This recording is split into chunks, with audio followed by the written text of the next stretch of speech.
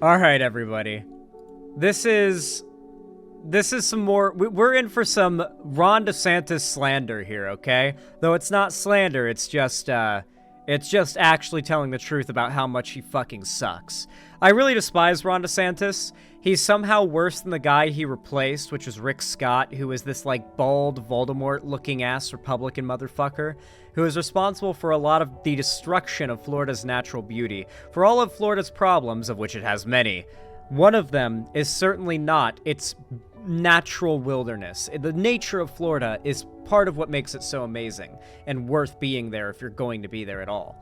But that's something that the Republicans have been working very hard to destroy, and it's working. And as a matter of fact, you know, when I was a kid, like a little kid, 8 years old, 9 years old, 10 years old, I'd be in the car. My mom would, like, in a very sad way, tell me about how much Florida has been destroyed in terms of its climate and ecosystem compared to when she was a kid. How you could go out at night with a black light and find dozens of glowing scorpions on the trees at night in your backyard. How you could find green tree frogs everywhere. How there were countless more birds than there were native flamingos.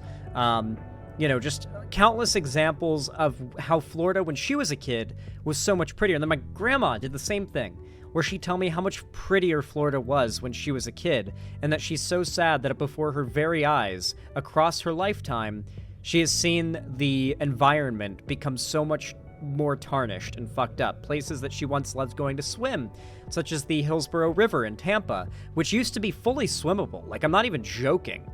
Like, the Hillsborough River... let me see if I can find Old Hillsborough River. Here's a look at what it used to look like back when photos were in black and white, that you can't really tell as well here. But, like, the Hillsborough River was the kind of place that you went to, and you swam, and you kayaked, and you tubed down the river. Sure, there were alligators, and it could get a little tannic further downriver, but it was, like, almost Wiki-Wachi Springs tier quality back in the day. And slowly over time, the older you are as a Floridian, you can point to examples of things that have stopped being like, like usable spots to go. Sulphur Springs, for example. Sulphur Springs looks like shit these days. But back in the day, do you know what it looked like? It used to look like something out of like a shanty town in the Bahamas. Look how pretty that is. These environments and landscapes have been being destroyed by development projects, like permitted and given leeway by Republicans, like building things such as like high-rises all along the coast, which not only fuck up environments like sea turtles and where they need to go to nest, and birds and different sea life that like relies on the stars and moon for navigation, but it also destroys, like, the beauty of that area, and it creates a massive amount of tourism and litter creation to the, like, coast. And Florida is known for its coast, and there's only so much coast. Like, the smallest amount of land in Florida is coast, you know? Like, most of it's inland. And so, once all this coast is destroyed, there's nothing left, you know? It's really sad. It's really, really sad. And the Republicans are the ones pushing this, and it's sad to see it happening to my home state. And DeSantis is now, of course, doing everything in his power to increase the speed at which this happens, and no doubt if he ever gets elected president, this will expand to a national level. God, if we ever see a President DeSantis, I will be very upset. So fucking upset. Florida meteorologist goes after DeSantis over climate change rollback. This has been nicknamed the Don't Say Climate Bill, by the way. A television meteorologist in Florida slammed Governor Ron DeSantis, Republican if you didn't know, for signing a bill that will remove the requirement for the state to consider climate change when creating energy policy and roll back nearly all references to climate change in state law. Quote, "Don't say climate change, as Florida is on fire, underwater, and unaffordable, and our state government is rolling back climate change legislation and language," said Steve McLaughlin, a meteorologist for NBC6 News in Miami. He wrote on Saturday on the social media platform Twitter, The post was attached to a nearly minute-long video of McLaughlin discussing the new Florida law, which Desantis signed last week and will take effect in July. Quote, on Thursday, we reported on NBC6 News that the government of Florida was beginning to roll back really important climate change legislation and really important climate change language in spite of the fact that the state of Florida over the last couple of years has had seen record heat. I believe that. I went to Florida during the summer. Not even during the summer. I went to Florida during, like, April or something. Like, no, it was, like, you remember when I went to Florida last year, right? I was here in Washington, and I took a trip to Florida. It was so fucking hot. Oh, my God. Me and my mom went to get barbecue at a barbecue truck, and we were just, like, walking across the parking lot. It got to the point where our shirts were soaking fucking wet. And I was like, I forgot how much it sucks here. It was fall. It was fucking fall. I forgot how much Florida sucks when it comes to the heat. Just absolutely soaking wet. Having to literally go inside and dry off in the cool air conditioning of the gas station. And the guy was like, I was just like, hey man, I grew up in Florida, but I've been away for years, and I forgot that Florida heat has hands. And the guy who, like, runs the gas station was some Zoomer who was like, yeah, no, man, I totally get it. And just let me just stand by the AC and like, buy nothing and do nothing for, like, 10 minutes while I cooled myself the fuck down. He was a nice dude. I ended up buying some Delta 8 from him, which was pretty cool. And yeah, northern Texas may be humid, but it's almost never that bad. Dog, it's so... You literally are soaking wet with sweat when it's a hot day in Florida. In fall, okay? It's nightmarish. It's bad. And like, it was bad when I left Florida. It's way worse when I came back. And it's only going to get worse each year. I'm so glad I got the fuck out of there, because I don't think it's going to be survivable in the next few years for a lot of people without, like, industrial ACs. You already have to get your AC, like, recharged and fixed from freezing up every summer, like twice in Florida. Come on, any Floridians in chat? Your central AC? You gotta get that shit looked at by a repairman every summer. Every summer, that shit freezes up, and you gotta have someone come and see it and fix it up. And until that happens, while you're waiting for the guy to come out, you've got no AC. And that's the worst. That's when you're making, like, every 10 minutes, you're just taking your clothes off and getting into the cold shower, drying yourself off, getting back out, and, like, waiting until you're sweaty and dirty again and overheated again to get back into the cold shower, because it's the only way to regulate temperature in Florida with no AC. It's... Dude, I had to stream in those conditions for years, guys. I'm not even joking. It was so bad. I could not fucking stand it. Southern California, the fucking Sonoran Desert, was an upgrade. I would take living in the Sonoran Desert a million times over living in Florida heat. Just a nightmare, dog. Just a nightmare. I want you to think about all that next time you wonder, is climate change really that big of a deal? Florida has experienced its warmest year on record since 1895 in 2023, with a statewide annual average of 73.4 degrees Fahrenheit, according to the Office of the State Climatologist. The Sunshine State has also seen many insurers leaving, many of whom are citing high exposure to catastrophe costs. I feel like average is such a bad number for the public, dude. It's such a bad number. Who hears the average temperature is going to be 73 degrees and panics? Because people don't understand averages. They don't understand that the average temperature in Florida is supposed to be like in the 60s or something. Because it's supposed to be so heavily weighed by the Panhandle's winter months. But the winter months in the Panhandle are disappearing.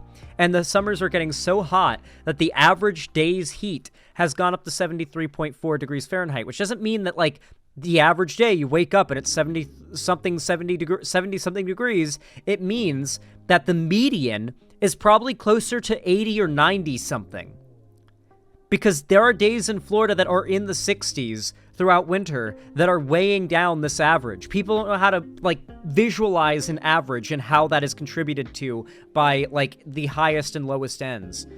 Like, I feel like median should actually be the number presented, right? The median temperature for Florida was like, I don't know, 85 degrees Fahrenheit. That'll get people worried, okay? That statistic, the median temperature of Florida, that will, I don't know what it actually is, but I think median is better for like public messaging, because people hear an average of like, the Earth is increasing by an average of 2 degrees each year. It's like, who the fuck cares? That sounds great, you know?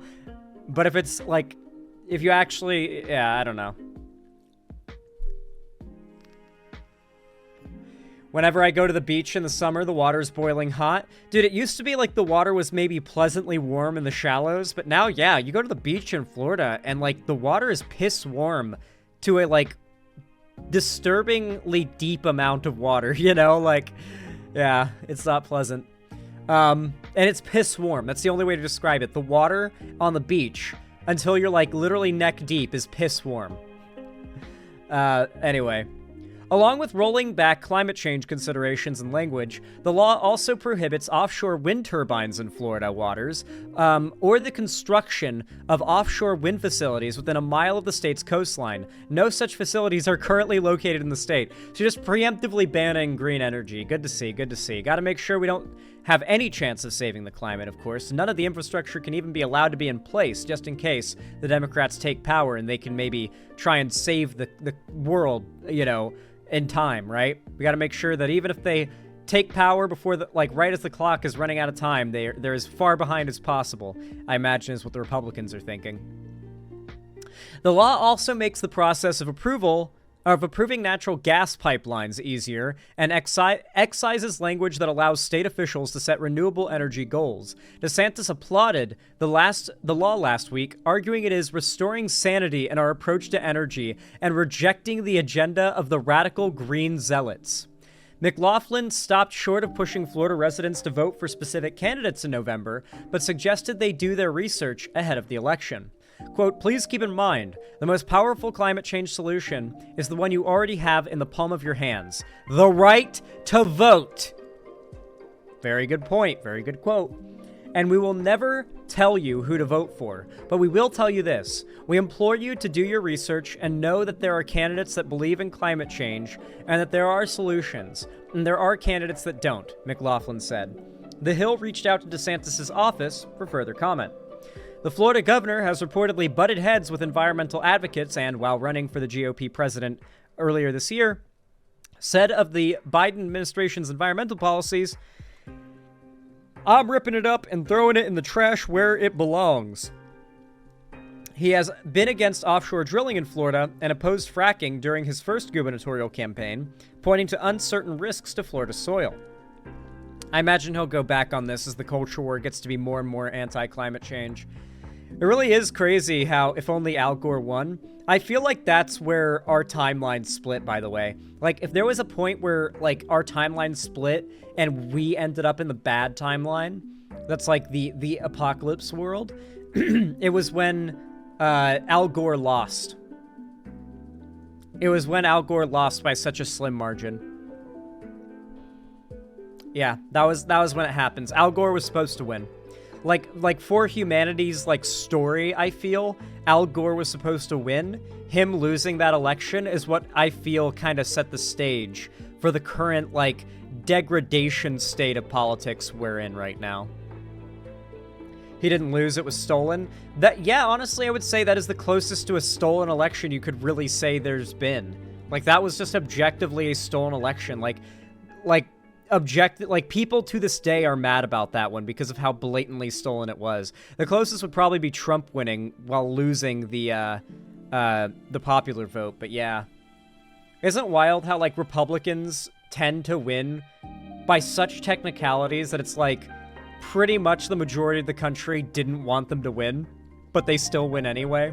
Like, Republicans winning almost feels like when the teacher insists that, like, the unpopular choice of pizza is what everybody has to get when the, like, class pizza party happens. Like, I know you guys don't like pineapple on pizza, but Larry and Sally really do, and we've always gotten cheese pizza and pepperoni pizza, so this time, everyone's gonna get pineapple pizza, whether you like it or not. Like, that's how it feels when Republicans win. Like, actual DEI, unironically.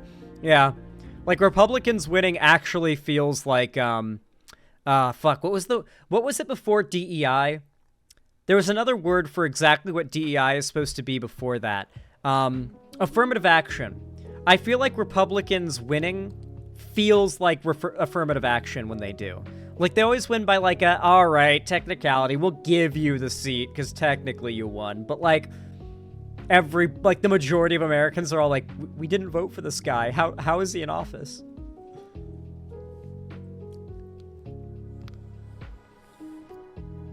Yeah. Dude. So depressing. I wish I could show you some of, like, what's at risk right now. Let me show you an example. Let me show you an example of what's at risk.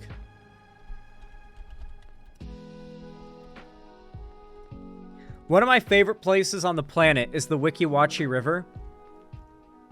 And I assume that you guys have seen me talk about it before on stream.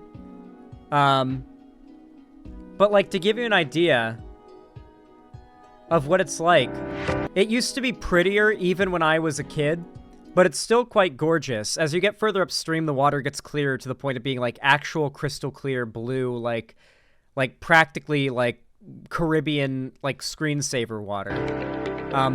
But this is the river connected to the spring that I worked at. Hey everybody, what's up? It's Andy here with a quick little there. update about what's been going on with the Weeki Wachee River. And this is a good policy change, but I imagine this isn't going to last long with DeSantis in power and in control of the park system. Some new rules that have... Rainbow River is better. Rainbow River is really pretty, but Weeki Wachee is narrower, chiller, and up until these recent rules had, like, sandbanks and beaches you could just, like, beach at and chill. Plus, I'm just going to outright tell you guys, this story goes crazy. One time I took a girl on a date where I set up snook lights that were green and blue and hung them off the side of this, like, steel dinghy boat that I had, and set up, like, a propeller. And, like, I was staying at my uncle's place, which is on this river, and I invited my girlfriend at the time over, and we went out on a date on the little dinghy boat. And it was in the middle of the night, like late at night, maybe 11 or 12 p.m., so it was late. Like, no one was on the river. But these lights lit up the entire river. Like, the sand on the bottom kind of reflected it perfectly, so all these trees just lit up green and blue at night. It was the most romantic thing I've ever seen, and I'm a guy. I was literally like, damn, fuck, I am actually, like, rizzing hard right now. I'm feeling my own rizz. And sure enough, you better believe, I fucked her in that boat. I tied that boat off, like, right above Hospital Hole, if you know where that is, you know. And I fucked her in that boat. It went crazy. It was awesome. And so now, if you ever go to the Weeki Wachee River and you go to Hospital Hole, you know, I've been there. And I also fucked a chick on a boat there. It was pretty awesome. Just been approved regarding boating and paddling on the river. These rules might make most people happy, I think, and a few others not so much. No, I wore a condom. Don't worry. I just kept a condom in my pocket. I'm not raising no babies. A little while back, I released a video about some things you should know before visiting the Weeki Wachee River, and it was a surprisingly popular video, so I thought I'd put this one out there too. I almost shat myself when I was drift diving in the Rainbow River and a gator floated by. Honestly, being under the water is the safest place you can be when encountering a gator because, like, they tend to attack from the surface. They're very much like surface predators when it comes to their underwater stuff. Like, obviously, one could bite you and attack you under the water, but they don't usually just, like, pull you under. That's not very common. It's usually, like, one floats along the surface, and then, like, maybe a second before... Like, it'll sneak up behind you, and then it'll go, like, lunge at you and then pull you under and roll. But, like, yeah, they don't generally, like, sneak up on you. And if you're under the water and a big creature, they might think you're a predator and not fuck with you. Who knows? Alligators are very unpredictable creatures. They're not like sharks, though. Like, a shark you can't hide from. Like, if a shark is going to attack you, a shark's going to attack you. An alligator, though, like, if you're in the water, say hip-deep water, and an alligator swims by, you can stand, like, dead fucking still, and maybe it doesn't notice you, and it just swims by. And you can get away. Like, yeah, they do look funny when they float, though. They're very funny looking, like, when you can actually see their whole body, yeah. But it's still scary as fuck. Yeah, like Rainbow River's beautiful. It's really clear. I've swam in it a lot. Never saw a single gator in it, but yeah. Yeah, but a shark, you can just rotate them, Xanderhall. Look up shark gets rotated. I've seen many sharks get rotated, trust me. Um, I mean, I'm not scared of gators, if you want to see. Found it. Oh, yeah. It was my video about Hassan being anti-Taiwan and pro-China. I remember this. It was in my video about Hassan being pro-China and anti-Taiwan. So you can barely see him here, but that's an alligator. Little baby guy I found. Was literally like, I want to film a video with an alligator in the background. Let's drive around and find some lakes and just keep an eye out for gators. And then I found one with a gator in it, and so that's where I filmed. But here's the little guy. He can take a political position that is popular with his target audience that does not interfere with what I'm about to get into in the next point, then he will take it and he'll advocate for it, because these social causes such as trans rights, gay rights, rights for racial minorities, etc., they're just popular. It's a little baby on the left, and he's a large figure who's doing it, and it generates a lot of momentum within his target demographic. However, the secondary objective, his secondary motivator, I noticed, is his very clear desire to enforce Marxist-Leninist or just broadly tanky values in the left. This became very, very clear as I do a good job of explaining why Hassan sucks in that video. And there's a gator in the background. A little Sneak 100 little guy. A little Sneak 100 swamp puppy. Yeah, just a little guy. He's just a friendly little dude. Have you ever eaten gator? Yes, I have. It's really good. It's like spicy chicken poppers is what it tastes like. At least I had fried gator tail. It's how it tasted.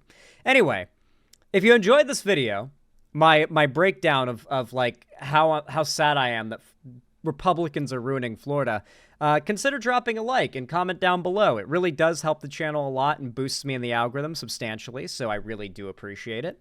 And of course, if you want to see more from me, consider subscribing and ring the bell icon to turn on all notifications so YouTube actually tells you when I go live or upload a new video. And of course, don't forget, if you want to see more from me, follow my social medias linked down below, and you can also support me financially, don't forget, by donating, subscribing, or gifting a sub on my website, xanderhall.com/live, or support me through YouTube, Twitch, Streamlabs, StreamElements, Patreon, or buying merch to the Streamlabs link down below.